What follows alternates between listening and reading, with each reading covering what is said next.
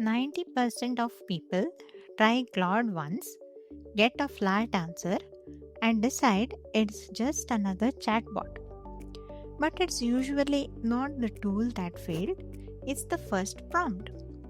Four words, no context, and they judge the entire thing off one broken try.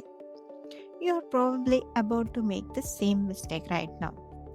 My first week with Claude, I did the exact same thing. I typed, write me a marketing email, and got three paragraphs of almost nothing.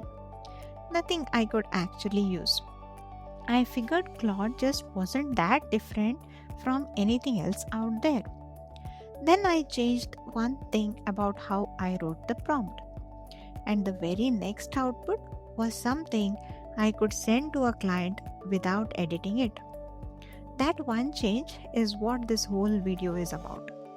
Today, just 5 pieces with real examples for each one so you can start using them on your very next prompt. Let's start with the first piece, role. Tell Claude who to be before you tell it what to do. Here's the difference in practice. Write me a marketing email gets you something generic because Claude has no idea what kind of writer to sound like. But act as a senior marketing copywriter who specializes in B2B SaaS. Same request, one added sentence, and the vocabulary, the structure, even the confidence of the writing shifts to match. Here's the second one, completely different field. Explain this contract clause versus act as a contracts lawyer explaining this clause to a client with no legal background. The first gives you dense legal language back. The second gives you something a client could actually read. Why does this work? Because a role isn't decoration. It's an instruction about vocabulary, assumed expertise, and even sentence length all bundled into a few words. Try this with anything you do. Act as a financial analyst. Act as a project manager.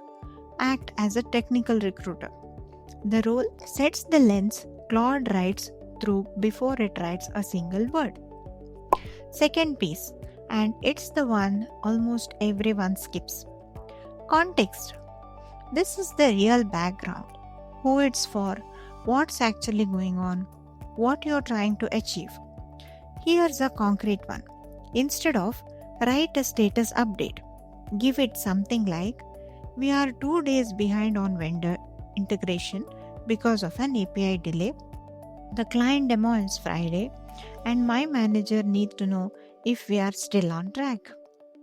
Notice that 3 specific facts, not vague description. Here's a second example outside of work entirely. Instead of help me plan a trip, try we are a family of 4 with 2 young kids traveling to Portugal for 8 days in October. And we want a mix of beach time and easy city seeing, nothing too physically demanding. The first version forces Claude to guess your family size, your dates, your energy level, and it might guess wrong. Claude can't invent your vendor delay or your kids' ages if you don't say it. It doesn't exist, and the output stays generic no matter how well written your prompt otherwise is. Third piece, task. State exactly what you want in one clear sentence and put it early rather than burying it under paragraphs of setup. Compare. Here's some background on our project. We have been working on this for months. There have been some challenges, and I was wondering if maybe you could help me out put together something for the update. Against, summarize this into a 2-paragraph status update for my manager. Same intent, one version makes Claude guess what you actually need, the other doesn't leave any room for guessing. A second example, rather than I have this data and I am not sure what to do with it, try identify the top 3 trends in this data and explain each in one sentence. The clearer the work, summarize, identify, compare, draft, the less Claude has to interpret on its own. The fourth piece, and this is the one that saves you the most editing time afterward. Format. Tell Claude the shape you want the answer in. A real pair to compare. Explain the three options versus give me the three options as a comparison table with columns for cost, timeline, and risk. The first gets you a paragraph you'll have to manually reorganize, and the second gets you something you can screenshot straight into a slide. Here's the second one. Give me a feedback on this draft versus give me a feedback as a numbered list ordered from most to least important. Same feedback, but one version you can act on top to bottom, and the other you want to read twice to figure out what matters most. And the fifth piece, the one that turns a good output into a great one. Constraint. One limit, a tone, length, something to explicitly avoid.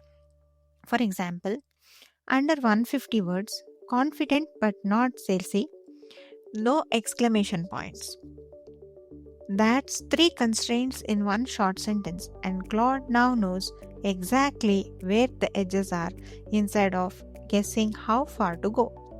A second example, keep this under 100 words and don't use any technical jargon. For something going to a non technical audience, without that constraint, you'll often get an accurate answer that is still unusable because it's 3 times longer or 3 times more technical than what moment actually needs. Let's pull all 5 together so you see them staged into a real prompt. Start with the weak version. Write me a marketing email. Now, the full version. Act as a senior marketing copywriter. We are launching a productivity app for busy managers. Audience is mid-level corporate leads who are skeptical of another productivity tool. Tone should feel confident but not salesy. Write a launch email. 3 short paragraphs. End with one clear call to action. Keep it under 150 words. No exclamation points. Same request. 5 specific additions: role, context, task, format, and constraint. And a completely different output. That's not luck, that's each piece doing its job.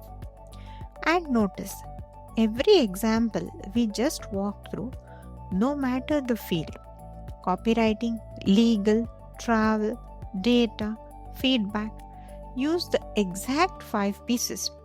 That's the part worth remembering. You are not learning 5 separate skills, you are learning one skill 5 times over in different clothes. 5 pieces: role, context, task, format, constraint. That's the entire shift from typing at Claude like a search bar to actually briefing it like you would a new hiree. Pick one prompt you are about to write today and run it through all 5 before you hit send. And if this helped save you something, drop it in the comments. See you in the next one.